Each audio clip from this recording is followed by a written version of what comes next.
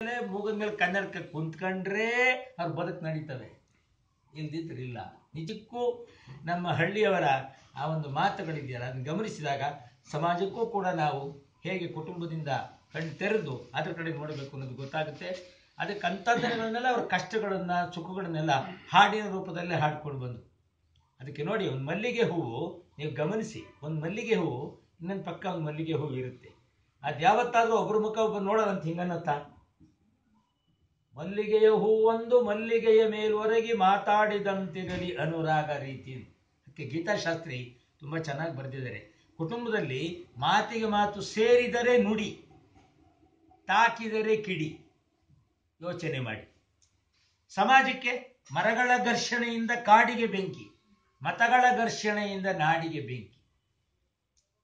ಆದ್ದರಿಂದ ನಮಗೆ ಬೆಂಕಿ ಬೇಡ, ಬೆಳಕು ಬೇಕು ಅಂತ ಬೆಳಕು ಕೊಡುವ ಹಾಡು ಮಲ್ಲಿಗೆ ಸುಧೀರ್ನಿಂದ ಸಮಾಜಮುಖಿಯಾಗಿ ಹೇಗಾಗಬೇಕು ಅನ್ನೋದಕ್ಕೆ ಕೇಳೋಣ.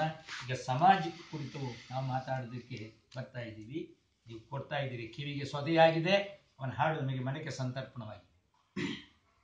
ಆಕಾಶದ ನೀಲಿಯಲ್ಲಿ ಚಂದ್ರ ತಾರೆ ತೊಟ್ಟಿಲಲ್ಲಿ ಬೆಳಕಾನಿಟ್ಟು ತೂಗಿದಾಕೆ, ಬೆಳಕಾನಿಟ್ಟು ತೂಗಿದಾಕೆ.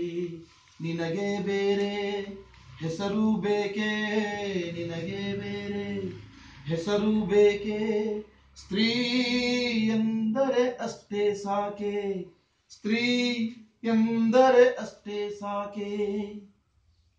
ಆಕಾಶದ ನೀಲಿಯಲ್ಲಿ ಚಂದ್ರ ತಾರೆ ತೊಟ್ಟಿಲಲ್ಲಿ ಹಸಿರಾನುಟ್ಟ ಬೆಟ್ಟಗಳಲ್ಲಿ ಮೊಲೆ ಹಾಲಿನ ಒಳೆಯ ನಿಳಿಸಿ ಬಯಲ ಹಸಿರ ತೂಗಿದಾಕೆ, ಬಯಲ ಹಸಿರ ತೂಗಿದಾಕೆ.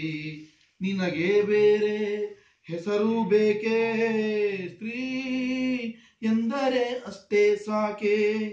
ಮರಗಿಡವು ಮುಂಗುಳುಲನು ತಂಗಾಳಿಯ ಬೆರಳ ಸವರಿ, ಮರಗಿಡವು ಮುಂಗುರುಳನು ತಂಗಾಳಿಯ ಬೆರಳ ಸವರಿ. ಹಕ್ಕಿ ಗಿಲಕಿ ಹಿಡಿಸಿದಾಕೆ, ಹಕ್ಕಿ ಗಿಲಕಿ ಹಿಡಿಸಿದಾಕೆ. ನಿನಗೆ ಬೇರೆ ಹೆಸರು ಬೇಕೆ, ನಿನಗೆ ಬೇರೆ ಹೆಸರು ಬೇಕೆ. ಸ್ತ್ರೀ ಎಂದರೆ ಅಷ್ಟೇ ಸಾಕೆ, ಸ್ತ್ರೀ ಎಂದರೆ ಅಷ್ಟೇ ಸಾಕೆ. ಮನೆ ಮನೆಯಲ್ಲಿ ದೀಪ ಮುಡಿಸಿ ಹೊತ್ತು ಹೊತ್ತಿಗೆ ಅನ್ನ ಉಣಿಸಿ, ಮನೆ ಮನೆಯಲ್ಲಿ ದೀಪ ಮುಡಿಸಿ ಹೊತ್ತು ಹೊತ್ತಿಗೆ ಅನ್ನ ಉಣಿಸಿ. ತಂದೆ ಮಗುವ ತಬ್ಬಿದಾಕೆ, ತಂದೆ ಮಗುವ ತಬ್ಬಿದಾಕೆ. ನಿನಗೆ ಬೇರೆ ಹೆಸರು ಬೇಕೆ, ನಿನಗೆ ಬೇರೆ ಹೆಸರು ಬೇಕೆ. ಸ್ತ್ರೀ ಎಂದರೆ ಅಷ್ಟೇ ಸಾಕೆ, ಸ್ತ್ರೀ ಎಂದರೆ ಅಷ್ಟೇ ಸಾಕೆ. ಆಕಾಶದ ನೀಲಿಯಲ್ಲಿ ಚಂದ್ರ ತಾರೆ ತೊಟ್ಟಿಲಲ್ಲಿ ಬೆಳಕಾನಿಟ್ಟು ತೂಗಿದಾಕೆ, ಬೆಳಕಾನಿಟ್ಟು ತೂಗಿದಾಕೆ. ನಿನಗೆ ಬೇರೆ ಹೆಸರು ಬೇಕೆ, ನಿನಗೆ ಬೇರೆ ಹೆಸರು ಬೇಕೆ. ಸ್ತ್ರೀ ಎಂದರೆ ಅಷ್ಟೇ ಸಾಕೆ, ಸ್ತ್ರೀ ಎಂದರೆ ಅಷ್ಟೇ ಸಾಕೆ, ಸ್ತ್ರೀ ಎಂದರೆ ಅಷ್ಟೇ ಸಾಕೆ. ಸಮಾಜಕ್ಕೆ ಸ್ತ್ರೀ ಅನ್ನತಕ್ಕಂಥದ್ದು ಕೇವಲ ಹೆಣ್ಣೆ ಅಲ್ಲ. ಆ ಹೆಣ್ಣು ಅಂತಕ್ಕಂಥದ್ದು ಅದು ಕೇವಲ ಭೋಗತೆಗೆ ಕೂಡಿದ್ದಲ್ಲ, ಯೋಗ ಭೋಗಗಳ ಸಮನ್ವಯತೆ. ಅದಕ್ಕೆ ಭೂಮಿ ಸ್ತ್ರೀ, ಆಕಾಶ ಪುರುಷ. ನಮ್ಮ ವೇದ ಮಂತ್ರವು ಅದನ್ನೇ ಹೇಳುತ್ತೆ. ಆಕಾಶ ಗಂಡು, ಭೂಮಿ ಹೆಣ್ಣು. ಇವರ ನಡುವೆ ನಕ್ಷತ್ರಗಳೇ ಮಕ್ಕಳು. ಕುಟುಂಬವನ್ನು ನಡೆಸ್ತಕ್ಕಂಥ ಯಜಮಾನ ಸೂರ್ಯನಾದರೆ ಕುಟುಂಬದ ಹೊಣೆ ಚಂದ್ರ. ಆ ಚಂದ್ರನ ಮೂಲಕ ಯಾವತ್ತು ಶಾಂತಿಯುತವಾಗಿ ಮನೆಯ ವಾತಾವರಣವನ್ನ ಯಾರು ಕಾಯ್ದುಕೊಳ್ಳುತ್ತಾರೋ ಅವರಿಗೆ ಗೃಹಿಣಿ ಗೃಹ ಮುಚ್ಚತೆ. ಅಂಥವರು ಕೊಡ್ತಕ್ಕಂತಹ ನೀತಿಯುತವಾದ ಒಂದು ನಡವಳಿಕೆಗಳಿಂದ ನಾವು ಸಮಾಜಮುಖಿಗಳಾಗ್ತೀವಿ.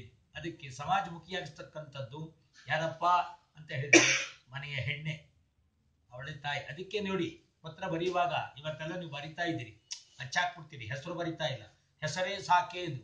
ಈ ಹೆಸರೇ ಇಲ್ವಲ್ಲ, ನಿಮ್ಮ ಹೆಸರು ನಮ್ಮ ಹೃದಯದಲ್ಲಿದೆ ಅಂತ ಹೇಳಿ ಅದಕ್ಕೆ ನಾವು ಏನ್ ಮಾಡ್ತೀವಿ ಅಂದ್ರೆ ನಮ್ಮ ಆಶೀರ್ವಾದ ನಿಮ್ಮ ತಲೆಯಲ್ಲಿ ನಮ್ಮ ಶಾಶ್ವತ ಬಹಳ ಬುದ್ಧಿವಂತ, ನಮ್ಮ ಪ್ರೆಸೆಂಟೇಷನ್ ಚೆಕ್ ಮೊಬೈಲ್ ನಲ್ಲಿ ಇದೆ. ನಮ್ಮದು ಆ ರೀತಿಯ ಇಂಟರ್ನೆಟ್ ಗಿಂತ ಇಂಟರ್ ಕಟ್ ಅಂತಹ ಒಂದು ಸ್ಥಿತಿಗೆ ನಾವೊಂದು ಕುಕ್ಕರ್ ಬಿಡ್ಕೊಂಡಿದ್ದೇವೆ. ನಮ್ಗೆ ಕರುಳು ಸಂಬಂಧಗಳು ಬೇಕಿದೆ, ಕೊರಳು ಸಂಬಂಧಕ್ಕೆ ಹೊಟ್ಟೋಗಿದ್ದೀವಿ, ಆ ಕೊರಳು ಸಂಬಂಧವೂ ಹೊಟ್ಟೋಗ್ತಿದೆ. ಆದ್ರಿಂದ ಕರುಳು ಸಂಬಂಧದಲ್ಲಿ ನಾವು ಸಾಗುವಾಗ ಮಾತೃದೇವೋ ಭವ, ಪಿತೃದೇವೋ ಭವ, ಆಚಾರ್ಯ ದೇವೋ ಭವ, ಅತಿಥಿ ದೇವೋ ಭವ, ಅದು ಸಮಾಜ.